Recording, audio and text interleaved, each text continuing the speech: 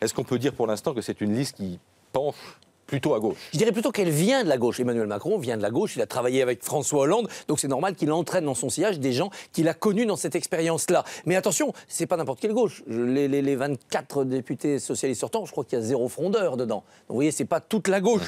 Emmanuel Macron a tué la gauche. Et là, il est en train de dépecer le cadavre. C'est ça qu'il faut voir. Il n'est pas dominé par une gauche de revenants, c'est lui qui est en train de découper, de récupérer ce qu'il veut. Alors, il y avait un cas qui nous intéressait évidemment, c'est le cas de Manuel Valls. Préservé.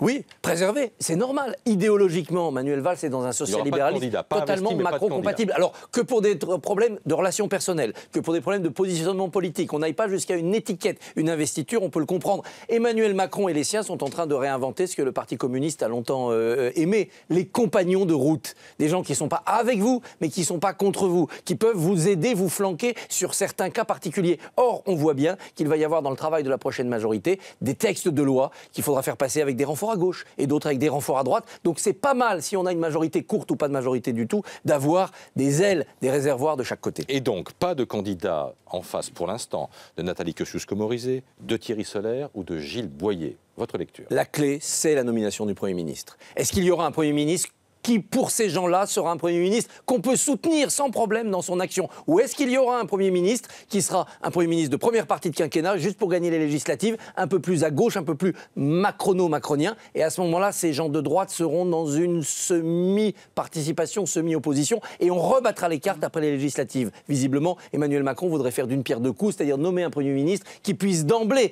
avoir une aile gauche, une aile droite, et puis une majorité au centre, et poursuivre son action après la date fatidique du 18 juin.